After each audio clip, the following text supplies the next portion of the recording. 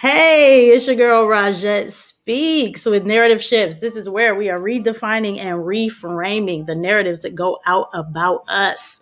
Um, I'm talking to the two of y'all because nobody's joined us yet. I've got some little, it says 0. So that was a nice little intro.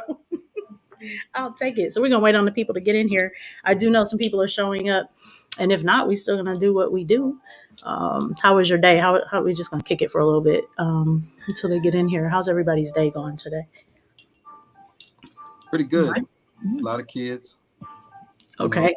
A lot of activity, a lot of personality. Nice. Yeah. It's management.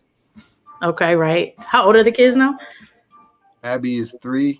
Nigel and Nolan are 20 months. What? Okay. Wow, little people. Yeah, they growing right up. That's awesome. Yeah. That's awesome. Love that. What about you, Shanta? Day's going great. I just came back from Michigan, actually taking my almost 20-year-old back to school. Oh, at U of M? Yeah. Awesome. Come on, Blue. Come on and keep it in the family then. Yes. All that money going back to them. But Emu. What'd you say? Emu. Oh yeah, you can rap. Hey, it's all good. Emu. That's good. You can do that. You can rap. We like y'all enough. Yeah. And I go other folks. Yeah, that's my wife. So Okay. Yeah, y'all was always over on our campus anyway. So. Right. Yeah. Never recall. We can rap. We can rap. Cool. Well, yeah, I'm waiting on a couple more people before we start. We will start in a couple of, I would say like 1 minute, literally. Mm-hmm. Is it you recording this right now? My understanding is that it will record and download. This is different though, Shanta, because we're going straight live instead of the pre-recorded ones that we did. But my understanding is that it does, and we can download from here. Still got the little record button going, so it's like, okay. Yeah, right. Sounds good. Act like you on camera at all times. Exactly. All right, we got a couple people in here. I'm going to open this up so I can see who these couple of people are because it doesn't show me that device. But I should be able to see. All right, we got a couple. Okay. Do you have your echo check? I do. You got jokes, naturally. That's me. What up, John? I'm just looking to see who's in. Hey, what's going on, Mr. Roberts? Who else is in here? Say hi. Put a wave or a heart or something. Hey, John. All right, guys, we're gonna start with 2 people. People are gonna come in. I know how this goes. It's kind of how it's been even in the broadcast. So, again, this is Narrative Shifts, guys. Welcome. It's Rajette Speaks, and we are redefining and reframing the narratives that go out about us. When Narrative Shifts began, it was one of these things where I really wanted to communicate just what we're doing in spaces that sometimes people don't see us in. We're here. We've been thriving in excellence. We've been doing a lot of things, and people don't always see us, whether that's our own communities or communities looking from the outside in. And so really wanted to just kind of carve a lane out so that we can have our stories, tell our stories, from our perspectives, encourage our own families and those who are coming after us, right, generationally. So today, we are kicking off our 3rd episode of our 5-part series on Black men and mental health. If you've stuck around, Shanta, she's been here for the first couple of episodes. So this is round 3 for her. She's familiar to the show. I was like, yo, she's kind of like the Dr. Phil of the show, just coming in. No. Just here, like, hey. But it's cool. It's been good to have you and excited about just what you bring to the table because you do offer just a really good clinical, aspect, which I think is really, really nice. So today, guys, we've got Michael McDaniel in the house. Hey. Hello. Everybody is good. It is great. Say it again. Mentally stable today. I'm glad to hear it. That's one of those things where it's like, yeah, yep. If you said that like 15 years ago, we wouldn't quite understand. I think we all understand it. We grew. Yeah, Yes, exactly. definitely. But really excited to have you on the show. Obviously, it's been years. Even I was thinking, like, gosh, when was the last time we saw each other in real life? Right? Like, it's been a minute. Yeah, it's been a while. Yeah, yeah. We kind of have these like moments where we see each other like 5 years, 10 years, and Yeah. kind of Hey, exactly. I love that though because we can keep it pushing, and it just Mhm, it's like we can pick up like it was mhm, yesterday. So that's a blessing, I think.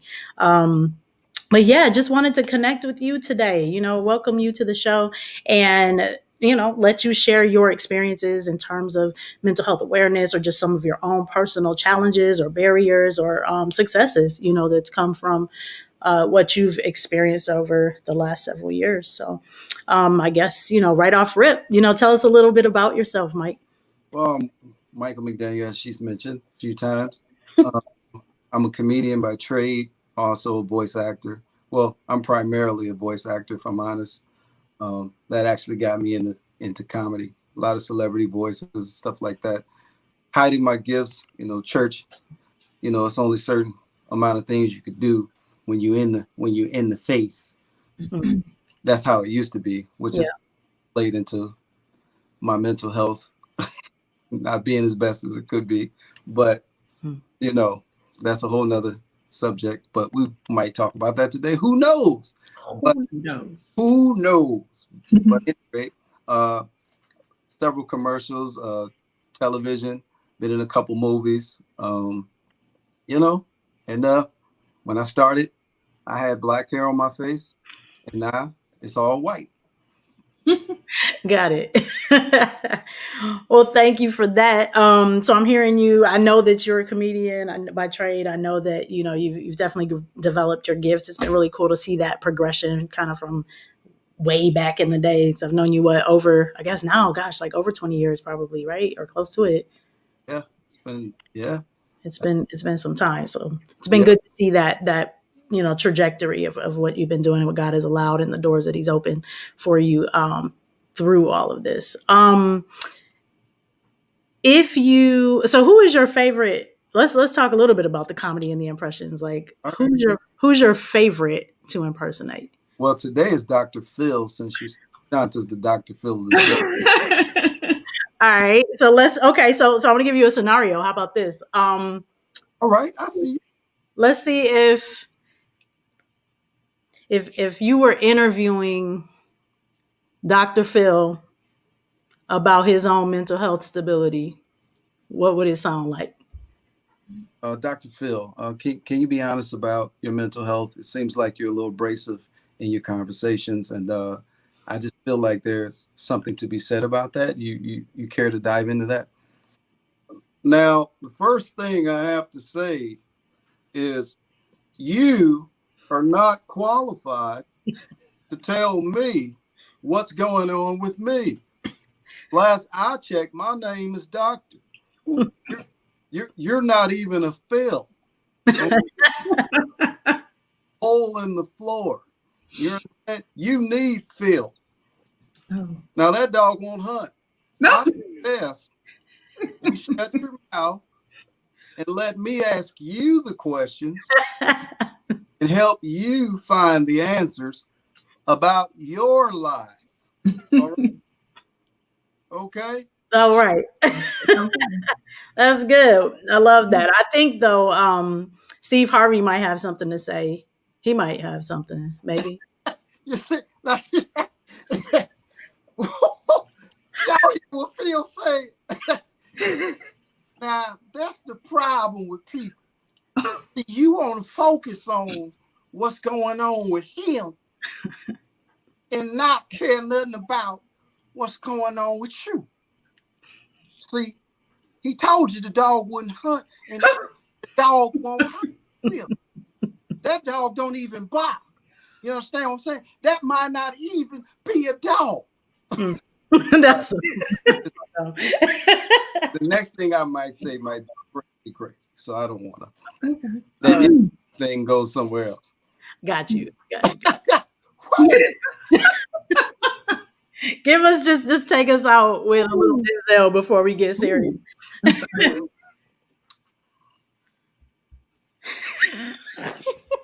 I'm sorry. The teeth. Yes. Mm-hmm. All right. Okay. We're talking about Black men and mental health. And yeah, I'll never admit it, but I was in special ed. A lot of people would you never think it looking at me, would you? Oh yeah, that's right. I was in the special reading class. Me, that's right. I couldn't read. Huh? Huh? Now you gonna give me a script and expect me to go from front page to the back page and all that? No, no, no, no. No. It's a new day, Shanta. Huh? Huh? What day is it, Shanta? It's It's a Monday. new day. It's a new day. That's right. It ain't Monday. It's a new day. You better tell them before I tell them. Huh? All right. All right. Good stuff. Good. Good. While since I've heard it. It's been a while since I've heard it live in your space. So It sounds through StreamYard. Say it again. I have no idea how it sounds through StreamYard. It sounds pretty good. So Shanta, what we have to do in this space is actually pause a little bit to let him talk. Because if we cut him, his sound cuts out. Okay, so we just have to be deliberate. Okay. We just have to be deliberate in that. That's all. All right. So appreciate you. Would love you to tell me a little bit about what you have experienced in terms of your own mental health challenges. So what I know that you have had some experiences with finding therapists and going and, seeing a therapist. And so I want to know what kind of got you there and what was sort of that tipping point for you. Like, you know what? Yeah, I need to go see somebody.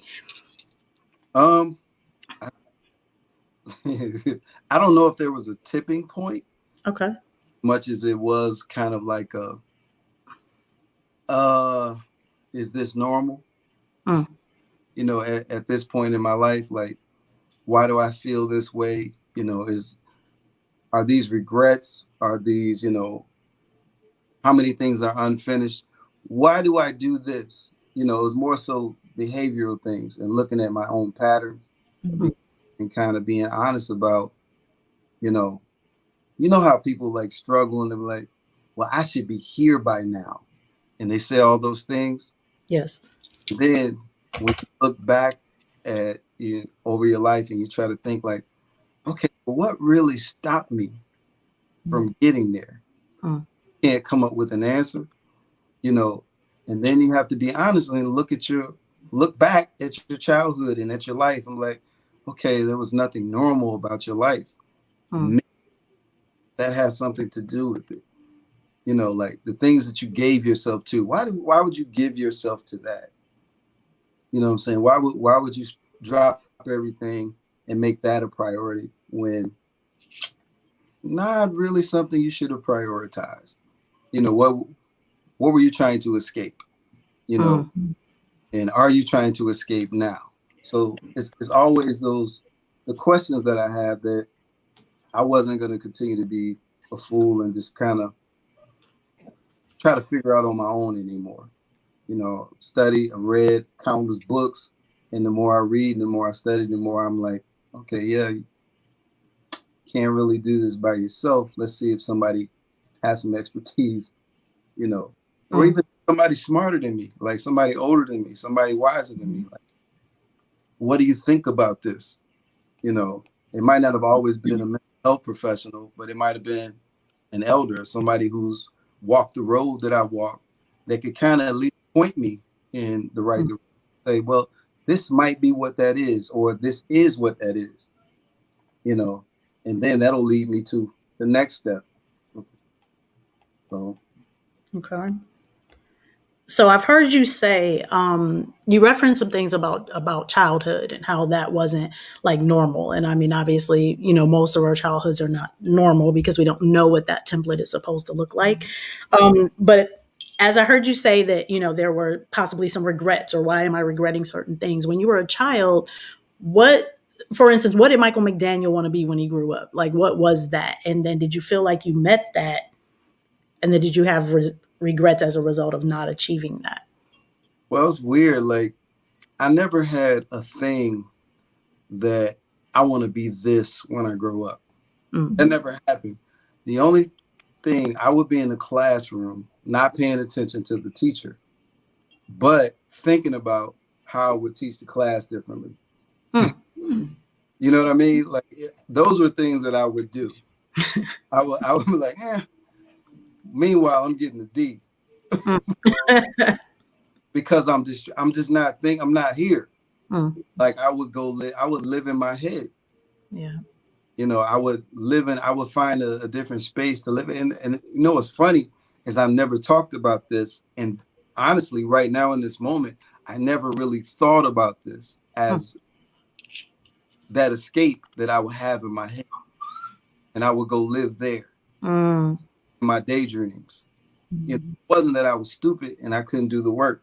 It's just that I liked what was happening up here, or the thought or the road that I was going down was more entertaining than what was going on in the classroom. Wow. That also, I think, is a symptom of something too. Mm. But partly it's a gift, but at the other side of it, it's just who I am, a creative person. But the other side of it is, you know, why? You know, why? Shanta, you have anything to add to that as a clinician? Why that he's talking about?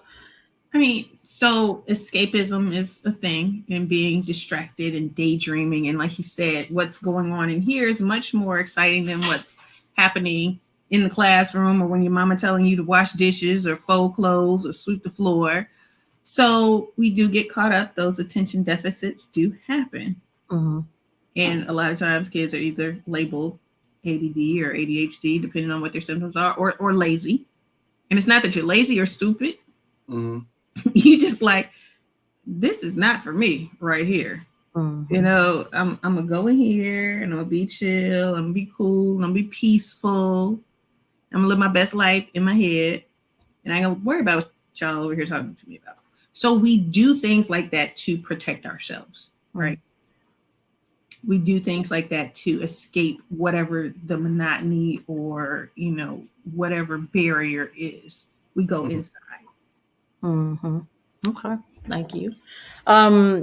You know, one of the things that has come up quite a bit as I was interviewing some people, so I've already have some, you know, set up, and just conversations over the years, is obviously still the stigma that exists within our community as it pertains to mental health, right? And just us getting help, or even just saying like we need some help. Sometimes that's the most difficult thing. And a lot of us come from a backdrop that is quite religious or spiritual in that way. And so I know personally, you know, I wasn't raised in the church. I didn't have like a huge spiritual upbringing, but when I did, you know, start going to church and being, you know, plugged in, as we call it, I started getting some pushback, you know, when as an undergrad student who was studying psychology, right? Like I was getting some pushback because it was always, oh, no, no, no, no. Like, you know, if you're going through something, you just got to pray. We just got to keep praying. We just got to get to the altar. We got to lay hands. We got to cast that demon out. We've got all these things. And it almost began to be like, okay, well, if I'm having a rough day or I'm having a bad day or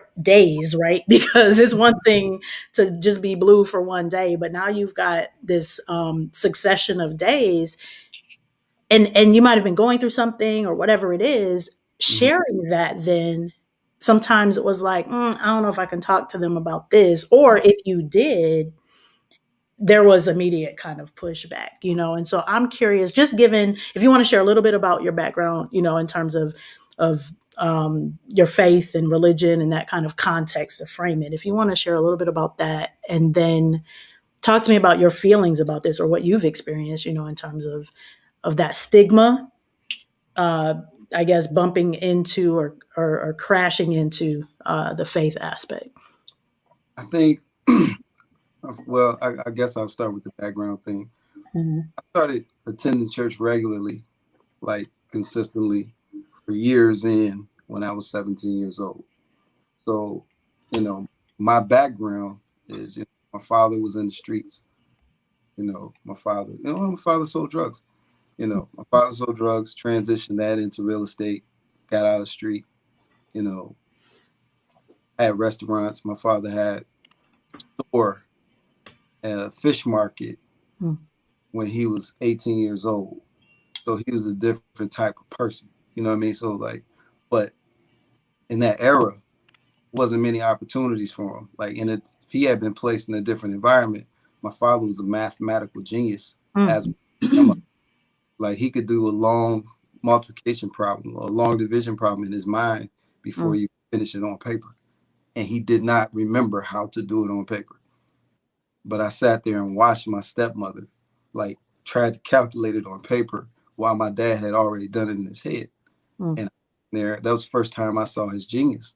I was 16 years old. I was like, man, this dude's a freak. Like, how do you do that? Like, so when you see those type of things, and now mind you, then I'm his oldest child. So him being 19 going on 20 when I was born, being in that one, being in the street, being a father or being a parent is not like, I got a son. I love my son. I take care of my son. But me being the oldest, I was kind of the confidant. You know, a lot of things weren't hidden from me. I saw a lot of things. So this is the core of my life. You know what I mean? My parents split when I was 6. I became an adult. What made me become an adult was they asked me, well, I think it was more so my father, who do I want to live with? Like I had to choose. And my brother, he was just born. He's probably 4 or 5 months old. So it's just two kids at the time. Naturally, he's going with my mother, you know, but I have to decide. So being 6, making that decision, I became an adult that day. Wow. And I didn't realize that until I was an adult. You know, so that's one of the things that you kind of trace out, like, why do I do this? Why do I do that? And I was like, oh, that's why. You know, so then fast forward, you kind of raise yourself. You kind of come up with your own moral codes, what's right, what's wrong. And you have your father tell you, be better than me, be a better man than I am. But he doesn't define what that means for you. So you have to define it yourself. And one of those things was trying to be the best, be a quote unquote good guy, be the best man I could be. And then I literally had a great encounter with Jesus Christ, you know, and then that turned into church. And then church will kind of turn you from Jesus Christ. Because church by nature means a safe place, but church people aren't safe in most situations, you know, because church is the place where you learn how to put on a mask. That's where it's Halloween every Sunday, you know, in church, because people don't know who they are. Everybody's just trying to conform and fit the standard of the environment, and that creates this tension that's underneath the surface. And then when you find out they're doing all this crazy stuff when nobody else is looking, now you're shocked because the real you is trying to find you. Wow. Like, yeah. So when it comes to the quote unquote stigmas that are put out there, they tell you to just pray. All this stuff, that's not biblical. You know, Solomon says 2 are better than 1. There's so many scriptures. If there be 2 or 3 gathered in my name, there I'm in the midst. As far as like, just pray about it. Confess your faults one to another. Pray ye one for another that you may be what? Healed. So why are you telling me to do what God told you to do for me in that regard? If I'm bringing a fault to you, if I'm bringing my pain to you, you know, this is what the church or the ecclesia or the called out as a body is supposed to do. Like if I hit my foot, my mind says, ooh, my body, everything responds to that foot. Like hands, everything leans toward that point. So to tell me, just go pray, God gonna work it out, do all it, you're lying, because that's not how it works. You know what I mean? That's not how it works. You know, everybody has a job. Everybody has a place. You know, everybody has a space. Like Moses had Aaron because he stuttered. So why didn't Moses just go pray so he wouldn't stutter anymore? Because the prayer would have took 10 years. The whole prayer. Oh my goodness. 10 years trying to get it out, sir. I'm saying though, like it's utter ridiculous and it's unscriptural. Mm. So it's like we have these practices that are unscriptural, but are cultural to that environment. This is how we do it. So it teaches you. I love the Bible. Mm-hmm. Be not conformed to this world, but be transformed. It doesn't teach you transformation. It teaches you conformation. They have scripture, but they want you to conform. You know, and the person who challenges the environment with scriptural context, you're the devil. Mm. You see what I'm saying? So it's like, I hate that there's so many people that are like confused by that. Like, open up that Bible and realize that you might leave with more mental health issues because now you got to heal from the years of being in this cultish idea that's scriptural. So a lot of people never get free and they don't know why. Because I'm doing all the good things. You see what I'm saying? Like, if I'm doing all of this, why is this still happening? Right. Because it has nothing to do with God. It has everything to do with the culture of the environment that you get yourself to. And you have to be able to, I pray that God brings you out so you can like see it, but you can't see it. Like, here's what I love about Jesus. Jesus versus church.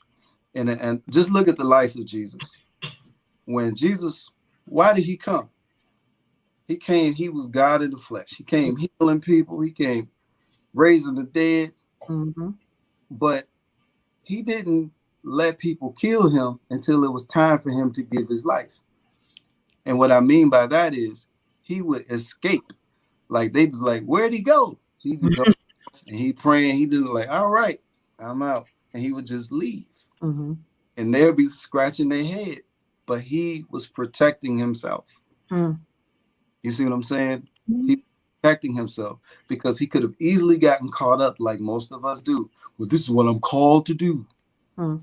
No, it was a bigger calling for him. He understood like, yeah, that's cool, but not now. No man take my life, but get down. So he knew when that was going to happen. Church doesn't teach. They tell us to follow Jesus, but they don't want us to be like him completely. You know, when they have heinous offerings, they don't want us to flip over the tables and say, you turn the house of God into a den of thieves. They don't want us to do that. You see what I mean? So you have these like all of this stuff is mental. Yeah. You see what I'm saying? It impacts your spirit, like bishops having breakdowns, dying in hotel rooms with cocaine in their nose. Right. Why? Why? So that's my take on it. No, I appreciate that. That's so honest, Mike. You know, I think about just my own experience in this, and I felt a little screwed up because I wasn't raised in church. Look, no knock on the church, but like, to your point, like I can echo the majority of that, from my own experience. And then coming, from the first church that I was ever, at for some substantial amount of time, feeling like I don't even know what to do. Like when I left, it was such a weird place for me, just trying to, like you said, like you're trying to find yourself in this space. And it's like, how do we even do this? And you have this, this culmination or I'm thinking of like a backpack just full of ideals and full of things. And I'm carrying this backpack and I'm like, I'm weighed down. I don't even know what this is anymore. Yeah. And that was my own kind of experience. And it's been sort of, I think, several years of let's unpack literally this backpack, right? Yeah. So that it can get lighter. I am curious to know, for you, and I know you said there was no real tipping point, right, of you making a decision to go to therapy. But when was the first time that you went, or what, if you're comfortable sharing, what caused that first for you to go, you know, the first time? The first time I went that I can remember, my aunt took me when I was a kid. I remember that, Okay. to see somebody, because when choosing to live with my father, I didn't know that meant that I was about to live with everybody. Mm. So I went to like 8 different elementary schools, stayed with a whole bunch of different people. So now, mind you, this is during my formative years. It's on the tail end of my formative years. So inconsistency became a part of my core. Mm. Remember my aunt, I didn't know what it was. I'm just talking to this white man, and she just sitting in the chair. I'm sitting in the chair, just asking me questions. Mm-hmm. And I don't know what came, but I only went one time. You know, I only went one time. But I remember when my father went to prison and I moved with my mother, and I needed to go because I had nightmares all the time. Mm-hmm. You know, like I had nightmares literally every night. And it was so bad, I would be like half awake and half asleep, but still in the nightmare. I can hear people talking in the other room, kind of see them, but I'm kind of stuck in this space, Well. you know. So probably 2013, 14. I remember 2012, I had a space and time where I was just so broken. I didn't care whether I lived or died. Like I didn't care. Like it wasn't like I was just out here living reckless, but I was so detached. And, you know, I just like, whatever, you know, if I make it, I make it. If I don't, I don't. I wasn't doing anything. I wasn't doing them drugs. I wasn't drinking. I wasn't doing anything. You know what I mean? I just didn't feel, I felt I didn't feel well. You know, mind you, like the only stable figure in my life, I didn't really think about this. My grandmother was my stable place my whole life. I'm not about to cry on the freaking Zoom. You cry on the freaking Zoom. This ain't even Zoom though. But It you, don't even matter. You know? But your grandmother was special. Loved her. you know my grandma. Yeah, she's an amazing woman. You know my grandma. She was the only safe place and consistent place that I had my whole life. And I didn't.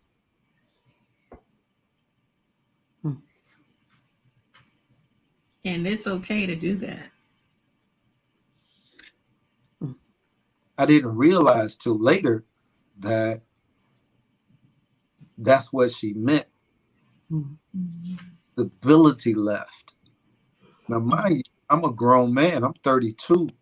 By all intents and purposes, grown man. I'm 32 when she leaves. And her leaving took a lot of meaning away from things for me. You know, holidays were not the same thing to me. You know, everything was grandma's house. It was a magical place. All my family was there. We had fun. We was laughing. Everybody's a comedian.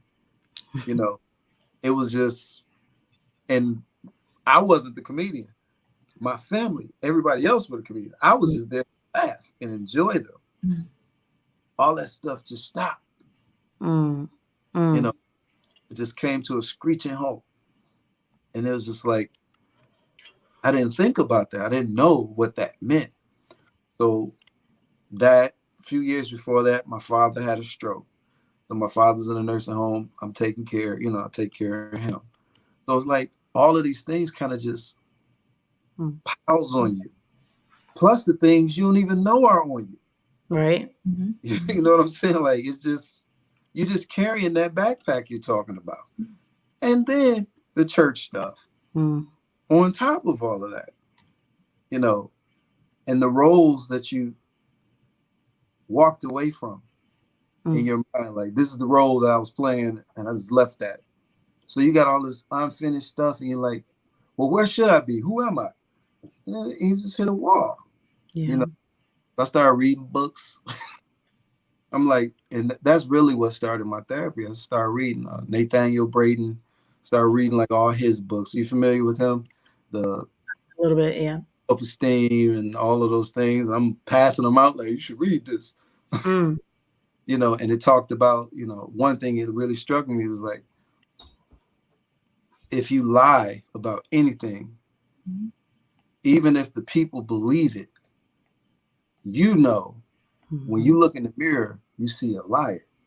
Mm. So if you look in the mirror and see a liar, how can you have strong self-esteem? Even if you lie to yourself. Yeah.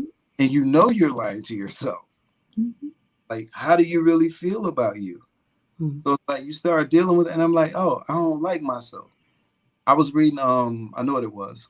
John C. Maxwell, 21 Laws. He got all these books with all these laws and all this other stuff. This book probably came out like 2013, 2014. I got to and the fourth chapter was on self-esteem.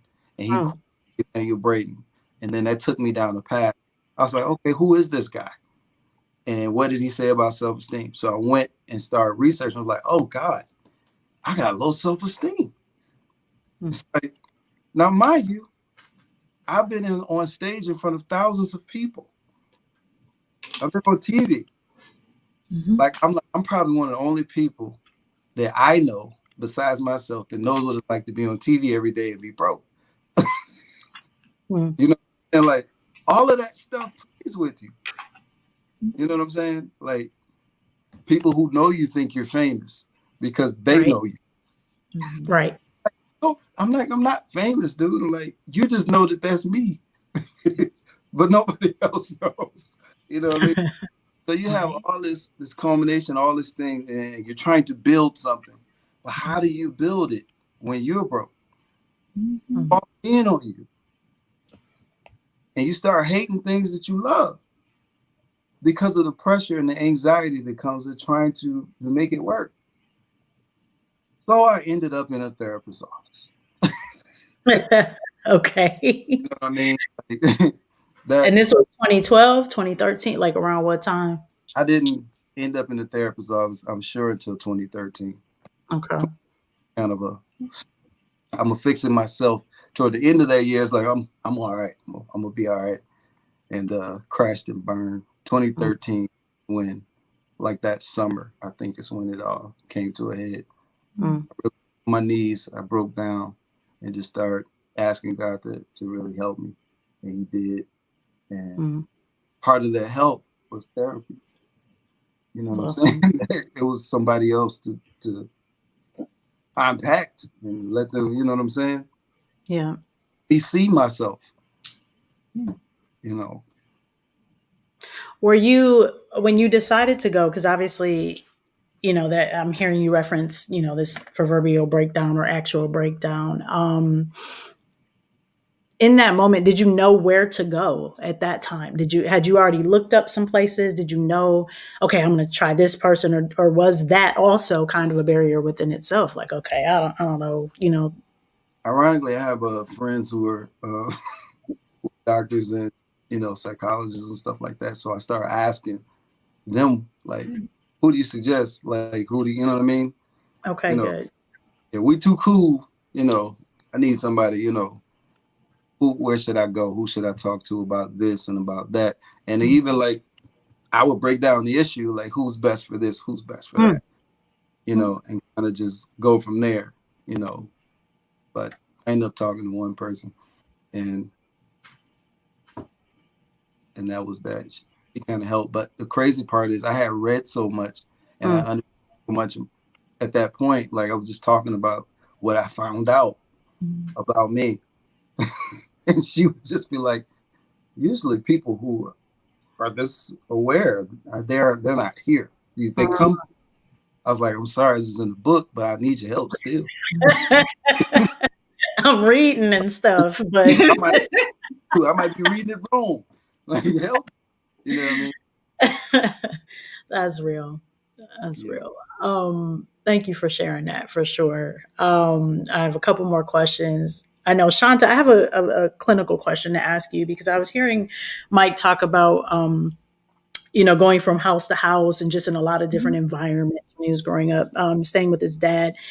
And So Mike, I've known Mike for years. I know that he's a creative in a real way. So very creative. And oftentimes that gets and you deal with children in this space, right? A lot. So oftentimes that gets framed as ADHD or all of these different sort of diagnoses, right? And I feel like there's a fine line between the creative expressions Mhm. and I guess coping, right? In healthy ways. I think there's a fine line there. And so sometimes I think about that. I remember going through some stuff in California. One of my pastors was like, I believe God gave you all these gifts for you. Like I Mhm. obviously is for others, to share. Yeah. But that switch in thinking really helped me at one point. Like I was just kind of like, dang, right? Because without these artsy things that I do, without that, right? If I don't put energy into that stuff, I'm Right. spiraling fast. You know what I mean? And I feel incomplete and I feel just like the pits, right? And so for me, I know it's, yeah, let me get that writing in, let me get the paint, whatever it is. Mhm. It's an outlet, but it also can be that thing. And I found over the years that I would dive all the way into. So when I was hearing Mike say that, he would be in his head, Mhm.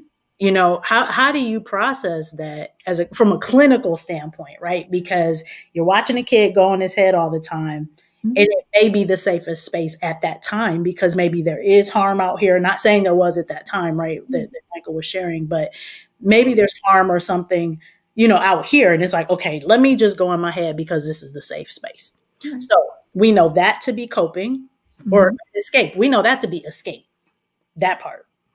So there's a Mhm. fine line between escaping and healthy coping. Correct. So how do we distinguish that? So it can be challenging to differentiate, but the way the behaviors are exhibited, right?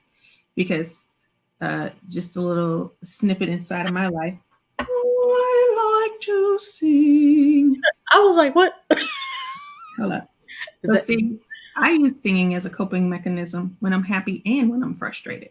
So Mhm. you don't know. And Mm, we find that with a lot of our kids, right? So being in your head, that's, I'm happy, but I'm also protecting myself, right? Mhm. Same thing, drawing. mhm, Do a lot of art therapy with kids, having them draw out. But sometimes the things that they draw are not the things that you were hoping to see. mm, Mhm. You know, this may be violence in the home. This may be some type of low self-esteem. That foundation is cracked. We gotta find healthy coping skills, healthy ways to deal, right? So you do want to encourage those gifts because, you know, Mike and both you have introduced the concepts of religion to it. The gifts he gives us are there to help us through, right? But we got to recognize that we aren't always supposed to be using those tools by ourselves. We need some guidance, right? You mm, need that music teacher that's going to take you to different places and expose you to things so you can sing mhm, when you're feeling sad. You got something to look forward to, or that art teacher that's going to encourage you to, put your work in an art contest or in an editorial that's published, right? To help build that self esteem. So we have to first help kids identify their gifts, their skills. We call, their snaps. What are your strengths, mm, right? What are your abilities? What are you good at? Mhm. I've been singing since I was knee high to or whatever, because I was in like 3 youth choirs simultaneously when mhm, I was younger. But they did come with the what do you have to be sad for, or we're going to pray about it, right? But hold up. God also gave us therapists, He gave us physical doctors, mhm. He gave us dietitians. We're supposed to use the resources that are available to us. We're not supposed to bury the talents and walk away. Hold up, Mm, Shawty. You're supposed to make that talent work for you. Amen. So we mm, have to, not encourage them to stay within, but to outwardly express in a positive, safe, healthy manner. That's what I tell my kids. We're going to push. We're going to work on what's positive, what's safe, and what's healthy. So kicking and biting and screaming, That's not healthy. It's not safe. It's not positive. If it don't fit those check marks, you know, we're not going to do it. You know what I'm saying? Destroying other people's property, that's not positive. Right. So, yes, you might like tagging a wall. That feels real good to you, but we're going to get you a nice big sketch pad. Or we're going to find you some sidewalk chalk. You know what I'm saying? So we have to work with them to, first of all, find their strengths, their skills, and then we have to help them. We have to help them. That's the thing. The guidance is necessary. We have to help them channel that energy in a positive, safe, healthy way. And remember that God will never give us more than we can bear. So those backpacks, which everybody tends to use a backpack and they put more in it than they're supposed to. Like you've seen them backpacks out here. Right. That's not good for your back. Right. That's good. Loading it with emotional things, just stuffing them down in there, that's not healthy either. So we have to make sure they know there are safe places where they can talk to people, that there are people that, you know, they can emote to and not be afraid of their response. You know what I'm saying? I tell my own children, if you don't feel like you can talk to me, I got somebody for you. It don't have to be me. And I know I said that in the most broken English. It doesn't have to be me. I just want you to make sure you're expressing yourself in a positive, safe, healthy way. So that's good. Encourage the art, encourage the sports, encourage the, you know, whatever, as long as it's positive, safe, and healthy. Yeah, that's good. And when you do see some of those negative coping skills, you got to flip it real quick, right? Let's say it's a little late. They on the block. Okay, that's entrepreneurial.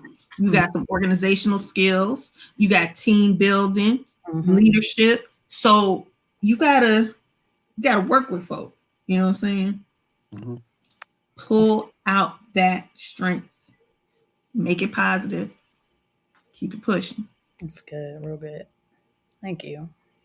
One thing that I heard you say is that guidance is necessary, and I think that part of this gets lost sometimes, right? So to Mike's point, you know, where he's referencing the scriptures of two is better than one, like, you know, in a multitude of counselors there's safety, right? Like that guidance is in fact necessary. I often think about the complexities of the mind, right? Like I'm one of these people because, you know, I love anatomy and, you know, I've loved that since I was a kid. I've always had an affinity toward the systems of the body, right? And how they function and the synergistic, you know, flow that they have. I've always thought about just how complex the mind is, though. Like you can't open up your brain, right? Like right now, you cannot open your brain and be like, "Oh, look, a memory," right? "Oh, look, some trauma," right? Right. If you go look on an X-ray and you have broken your leg, you can see that break. Like that's concrete. Like, oh, there's a fracture, there's a chip. Here's a muscle issue. Here's some soft tissue injury. You know, when you're looking at certain things, you see swelling. But when you look at the brain, you know, sure, there are parts of the brain that when you look at, you know, MRI or something, and people who are skilled, these neurologists and such, there are certain things that they can see that determine, you know, like what type of maybe degeneration or something that's happening that's concrete. But in terms of the trauma that we experience and some of that pain that we experience and carry, the body doesn't differentiate. Like it can't, you know, like whether you stub your toe or somebody just cussed you the fool out and you're hurting, your body interprets that as pain. And there's no distinction. Go ahead. Because there's something. And I think we've had this conversation before, Jet, about how stress impacts the body physically, right? So mental stress brings about physical symptoms. Okay. So sometimes, and it's the thing, we're so individual, it's so beautiful because it looks different for everyone, right? But when we are going back to your original point, synergistically working together, all systems go, mental, physical, spiritual, emotional, all in check. Body's nice and healthy, right? Okay. I'm not trying to eliminate any foods from your diet. All I'm telling you is that when you, as a man thinketh, what? So is he. Right, so Okay. Mm-hmm. So if I'm thinking, all right, I got this, and that is the way I live my life, then I'm going to treat myself, because the words we say to ourselves are what we believe. So, like you said, Michael, the lies, but what I tell people all the time is the lies that you tell yourself are the worst kind of all, because you believe them. Mm. And when you look in the mirror, because we do not associate lying with being good, you don't see a good person. Mm. That's good. So you have to be intentional with your words and make sure that you are speaking what you want to manifest, right? So we're going back to Power of Positive Thinking, which I can't remember who wrote it, but you know it was a book by somebody. Vincent Who was it? Vincent, say it again. Vincent Norman Peale. Okay. There you go. Thank you. Read it a long time ago. Mm. But we have to, affirm ourselves. Yeah. So we work on writing affirmations and, mantras that align with the things that the positive, safe, healthy things that we want. And you can heal your body. But look, asthma, lung disease, high blood pressure, autoimmune disorders, those are caused by stress in the body. Mm-hmm. But that stress comes from your perception of the thing, right? Mm-hmm. So the synapse is like, hold up, shawty. And I'm sorry, I can very be non-clinical all the time. Be free. Something's not right. I'm not going over there. So synapse A did not get to synapse B. The message was lost in translation. So we don't see it. And not being radiologists, we're not going to, but little dark spots begin to appear. Mm-hmm. Right? Mm-hmm. So those little dark spots are what cause the different cancers and different ailments in our bodies. So we have to be very careful with the way we choose to structure our utterances. That's good. I.e., be intentional with our words. Mm-hmm. Because when we claim sickness and we claim poverty, because you will not hear me say I'm broke. Mm-hmm. Not ever. I'm not broke. Mm-hmm. I may be financially challenged right now, but I'm not going to be broke. Now, granted, there is benefit in brokenness, because in brokenness, we learn that you can be put back together, right? But by the time we usually get to that point without some guidance, we usually right about this point in life. Mm-hmm. So we have to model for our young people that it is okay to be broken. We have to show them that things can be put back together. That's good. But first we have to show them how to fix it. Can't just tell them that it can be put back together. You have to model it for them. Show them it can be fixed, that it doesn't have to be thrown away, because we're very visual. Mm-hmm. And if you always see things being thrown away and nothing's ever, attempted to be repurposed or upcycled, or then we just throw everything away, because that's what we see. It's a throwaway culture. It's a throwaway mindset. So we have to be very intentional with what we show and very intentional with what we say, because we do want to work on healing this with this so that it all works together. Yeah. That's really good perspective. Just kind of going back a little bit to, the fact that the mind is so complex. No one is telling anyone who's wearing glasses, stop wearing your glasses, right? Or, you mentioned diabetes, right? Like nobody's like, hey, stop taking your metformin or whatever the stuff is, you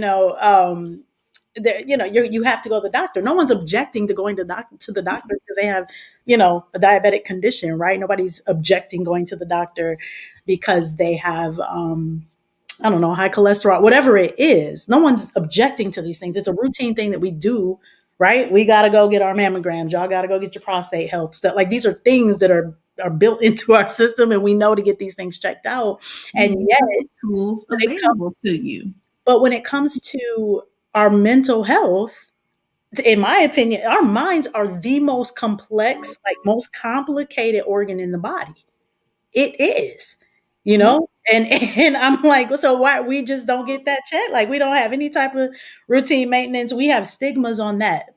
I'm running around here wearing glasses. Nobody's saying, look, you can just go on and get healed from the eye stuff. Everybody, we've accepted that the culture is when you get older, your eyes are going to start failing a little bit, but every year you need to check your eye health. We've accepted all of these things because that's built into the constructs of our society. And it makes sense also, right? But when it comes to our mental health, the emphasis of let's check in, let's talk to somebody, let's have these fruitful, affirming conversations with ourselves, and check in and get guidance from people, and apply some of those scriptures and things. If you're a believer, we don't have those conversations. It's dismissed, and I just find that's interesting. So, Mike, it looks like you were ready to say something. So No, I'm listening to what you both are saying. I'm piggybacking off of the last thing that you said. Since I was a child and I watched movies, yes, come on, they always talk about their therapists. absolutely. You know what I'm saying? It's like, but then you have that same conversation with your family. Like, nobody no therapist. We Right. like black people. We don't. We're just getting to the place to where we realize it's okay to say I'm not okay. That's right. Like we live in a survivalist culture. You don't have time. If you're at war, you don't have time to go to therapy. You know, and that's what it's felt like. You know what I'm saying? Or just the average African American Black person in an urban environment where it's hostile. Where I just realized how crazy it is for having, like, when I grew up, crackheads were normal. Yeah. That was a normal part of my environment. You know what I'm saying? Like, and I just realized that there are Black people that didn't grow up like that. Right. You know what I'm saying? Like suburban environment where everybody worked and everybody went and had a job. They were professionals. Like that's a world that's outside of my world. You know, like I didn't grow up in that world. You know, I'm talking Section 8. I'm talking your phone off or on. You know what I'm saying? And by the time it's back on, you got a different number. Right. And I'm talking that struggle. I'm talking about focused hope, government food, blocks of cheese. I'm talking, that stuff was normal. You know what I mean? Not therapy. Like when are we going to get to go to therapy? Right. After we, you know what I'm saying? So it's for them, it's normal. That's a normal part of their world. You know, and I think it was for rich people. Yes. So, to that point, we got a few minutes, guys. Go ahead. Yeah. Okay. So, psychology's not old. It's one of the newer. True. Things, 100, maybe 120 years in. Okay. Yeah. So, you take 120 years in, and then you take Black people who they are not at all trying to figure out what's going on up here, because it's probably not good. But I'm not going to put words in people's mouths. But anyways, I digress. We also have to look at it from, now this is where I will say a cultural context, Jet, because she knows I push back all the time. But this is the show called Narrative Shit and Mental. So go ahead. Don't. Go ahead. We look at prior to the advent of psychology and the study of the human mind and the way people perceived mental health issues, because it's not new. It's not new. It's just the way we look at it, the way we package it. And people were touched, or people were special, or if we're hearing voices. This was you were touched by God. Okay. You were special. It was not something to be ashamed of. So then we get into the clinical study of it, and it's like something is not right here. But there are still other cultures around the world who do not subscribe to, when someone is hearing voices or seeing things, what many might consider schizoaffective type symptoms. That's not a bad thing. Mm-hmm. So we have to be sensitive to other cultures when we see that. But then we also have to look at why this person might be hearing voices and seeing things. You have to ask the questions. Right. That's what it all boils down to, really. And Yeah. no matter what the situation is, what the culture is, you have to ask the questions. And you even especially have to ask the questions of children. Yes. You know what I'm saying? And there is no great parenting handbook as of yet. And I read several when I was, pregnant and such. But none of them have a lock on anything. Mm. And that is because it is a constantly changing arena, because what our children are being introduced to is constantly changing. So true. So the way we parent is going to look a little bit different. So hopefully, as we go forward, more parents will be saying, you know what? It might be good for you to talk to somebody. I would love for that person to be me, but if it's not me, Mm-hmm. here's the name of someone, or, because I do give my children options and they know I talk about them. I gave my oldest, I said, I can send you a website with some links to different practitioners if you'd like to find one, It's good. and, for the others, we've talked about fit in therapy before. If it doesn't fit, they don't have to, we'll find somebody else. Mm-hmm. Mm-hmm. You know what I'm saying? But you have to ask the questions. And, I may ask too many questions. They're like, Mom, stop asking the questions. Right. But you won't hear it said that I didn't ask the questions. Because I'm going to figure it out. I'm going to figure it out. Somebody going to figure it out. Mm-hmm. But yeah, we have to be aware and we have to ask the questions. Just be aware that it is not going to put myself out of a job. It's not always mental health. Mm. Yeah, you're having some behaviors and stuff. It doesn't have to be a lifetime diagnosis, is what I should say. Right. Because everything is temporary. Joy comes in the morning. It might be several mornings later, 3, and it might be with some pharmacological help. Yeah. But again, that goes back to using those talents, not just bury them in the ground, holding on to them. Mm-hmm. Use the talents that are available to you. Aaron was there for a purpose. Good. So we have to, be open to. Mm-hmm. And then sometimes we got to talk to God. You know what I'm saying? Like Moses was like, look, I need this. I can't do this by myself. Mm-hmm. You know what I'm saying? Oh my God, I can't do this by myself. I need some help. Mm-hmm. That might be the thing. Sorry, I don't mean to be preachy and stuff, but Listen, you're good. And he told him to anoint 70 elders. Yeah. Mm-hmm. That's the guidance. But that counsel came from Jethro. That came from father-in-law, who said, what you doing? You about to kill yourself. Mm-hmm. You see what I'm saying? So guidance from the elders. Ways uses people to help. Mm-hmm. So, yeah. That's good, guys. Love that. We're wrapping up. Mike, if you could say one or two things to any young brothers that might be out there right now, or even, somebody in our age range, even older, who might be considering or just like on the fence, like, I don't know if I could trust somebody in this space. And somebody's older. I don't know. I don't need that. Right. I'm good. Right. Cause that's what brothers say often. What would you say to them? I would use myself as an example. Less than a year and a half ago, my father died.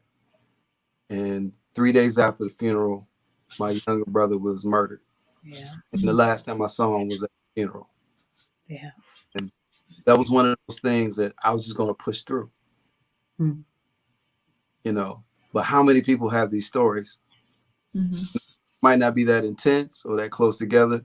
3 years before that, my baby brother was killed in a car crash. Mm-hmm. So it's like I'm carrying all this weight, Mm-hmm. and everybody has these stories. Now that's not counting the other people, but those are the ones that are like that close to me. Mm-hmm. And I had a vision in my head of my child asking my wife, "What's wrong with daddy?" Mm-hmm. Now they're too young to talk, Mm-hmm. but I saw that in my head. I was like, okay, something's wrong with daddy. Mm. I want them to be okay. I have to make sure that I'm okay enough to give them the environment or a father who can be attentive enough to make sure that I do everything I can to protect them from what I can protect them from. Mm. But most importantly, give them an example. So it's Mm. about generational, Mm-hmm. Yeah. Mm-hmm. generational, Yes. because I inherited my father's trauma Mm. Mm-hmm. and he inherited his father's trauma. Mm-hmm. So if you want to stop this for my people perish for a lack of knowledge, it's Yeah. not what I don't know is killing me. It's what you don't. It's not what I, if I don't know it, ain't gonna hurt me. Mm-hmm. It's what's killing you. Mm-hmm. So get help. And Yes. even if you have an inkling that maybe I got something, like no shame in it, man. Like get help. Like ask somebody. Like start somewhere. And Mm. you don't have to be the you don't have to be the king on the mountain all the time. Amen. Sometimes you need to lay down and put your little the thing over your head and humble yourself and say, I don't have what this role says I should have. Mm. Stop Mm. in the role. You know, Mm-hmm. come off of that. That's what we do. We play roles. We Yeah. pretend. Like it's not, we don't have to do that. You could be human and still be great. Yes. You could be a mess and still be amazing. Because that whole the mess doesn't define you. That's But good. you gotta clean up. Like I seen a lot of nice houses that with roaches. Yeah. That's real talk. You know what Yeah. I'm saying? Like, Yeah. don't be that. Mm. Keep that clean. Like, get help. Get help, man. That's awesome, Mike. Thank you for that. Somebody I know, because before any of these, obviously I pray before them, but I know that, what you've just communicated is definitely going to set some folks free. So that really encourages me just hearing that. I mean, we've got some comments coming in, where people are like, listen, teach sir, say it, so we've got them coming in. That's why I keep looking down, but people are definitely encouraged and blessed, by just the real that you're kicking. And so there's some brothers on here as well. So I'm glad that, you've taking this time to just be so authentic and vulnerable with us in this space. I know you have long days and, family and everything, but I do just, I so appreciate you being a part of the show. Really honored. I'm proud of you. Thank you for having the courage to Thank put you. yourself on the screen Mm. and ask for help. You got uh Dr. Shanta. Not a doctor yet. Not yet. Not yet. Well, I'm calling it. You're not Speaking. you're not gonna Thank let you. me. What Thank you. we talking about here? Did we just say that's what Yeah, we?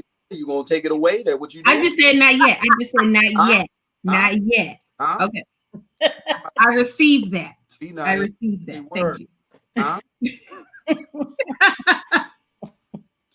I'm not talking about the title or what degree they gave you. I'm talking about how you're functioning right now. Mm. Thank you. Come on, Mike. So Yes. Thank you very much. that's what I'm talking about. That it's a gift. I'm Mm. not talking about what they said you are. I'm talking about what you are. So Love that. Love that. Love that.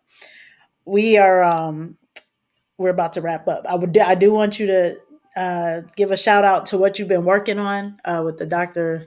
Will show and kind of the stuff that you're doing. Go ahead and point to that, and yeah, you can take us out in an impersonation if you like today. but anyway, well I created an animated series called The Dr. Will Show, which is based on Will Smith being a you know how he does his motivational things. Mhm. So I kind of took that and turned it into the first season was just him talking to people on stage, Mhm. and he never helps anybody. It always goes left. That was kind of the whole point of the first season. And but the second season, is a little bit more cartoony and a little less realistic. Mhm. None of it realistic, but it's introduced some crazy things. My imagination kind of ran wild, but Mhm. it's very exciting. I never counted the characters, but it's got to be at least 20, 30 characters, and I did all the voices in So you're season. doing all the voices because I was listening to it before this, and I was like, he's doing this voice too. Like Yes, seriously? it's all me. The only voice that's not mine is Ava, who is Okay. his She comes in at the end of the season, but Right. I did every voice. That's nuts. That's very good. Wow. Okay. And it's been therapeutic. It's very therapeutic. Good. Good. Now, are you producing? So, are you doing all the production of that show because it's animated? So, like, are you doing that piece as well? Well, I have a partnership with Malico Records. They handle the animated side, but I do the audio. Okay. I write it, Awesome. perform, and send the audio in. And, yeah. That's And fantastic. so, That's awesome. Okay. Love it. All right, guys. Well, this is Michael McDaniel. You can catch him where? Where can they find you? on Instagram, I am McDaniel. Go to my website, www.michaelmcdanielvo.com, as in voiceover. Send me an email, michael@michaelmcdanielvo.com. God bless you. I'm going to put it up here and just kind of hang for a second. So, I Put it up there. am McDaniel. Yep, that's my IG. You won't find much of anything on there that's helpful. I'm the horrible brander as far as you don't know what you're getting on my Instagram. We got I am McDaniel, and we've got, you said your website is Michael McDaniel VO, as in voiceover.com. I prefer you go there. You can. Girl Rajette speaks with narrative shifts. This is where you can reach What's happening? You out here turning? What you doing? I'm trying to go on Instagram. Oh, got you. Okay, guys, hold on. Can't be trying to follow you yet. I'll follow you after the show. I'm gonna follow you back. No, thank you. All right, I'm sorry. Michael McDaniel, what? VO? VO as voiceover.com. That's correct. VO.com. All right. I'll get this going. Add this one too.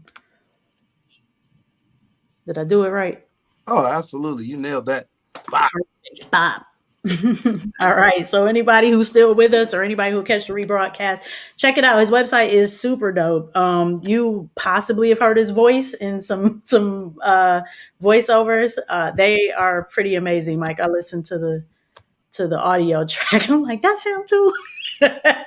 Really, really talented. Love it. And all the commercials and such. It's been great. So thanks for kicking it with us this evening. Appreciate you. Love you. Thank you for having me. I appreciate it. You're welcome. You're welcome. Thank you, Shanta, for joining us again. We'll see y'all next time. All right. Be well. I'm going to end it here. God bless. You too.